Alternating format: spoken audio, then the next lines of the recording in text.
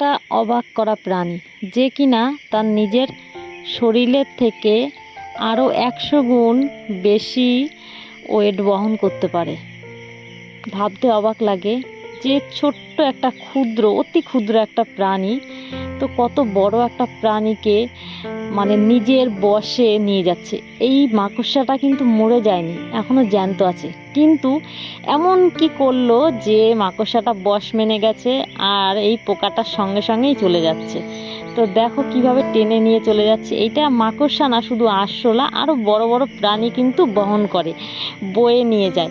আর বয়ে নিয়ে যাওয়ার কারণ হচ্ছে এর যখন বংশ বিস্তারের সময় হয় তার আগে এই খাবারগুলো সংগ্রহ করে রাখে, যাতে তার বাইরে বারবার বেরোনো না লাগে। তো আমাদের গ্রামগঞ্জে প্রায় মাটির বাড়ি হোক, পাকা বাড়ি হোক, তার দেয়ালে কোথাও কোনা কানাচে এরা বাসা বাঁধে, আরও মাটি দিয়ে বাসা বাঁধে, পুরো নিজেরা ঘর তৈরি করে নেয়। আর আমাদের এই পাখনা বাচ্চাটা এই পোকা দুটিকে নজরবন্দি করছে কোথায় যাচ্ছে। তো দেখো তদারকি কাকে বলে।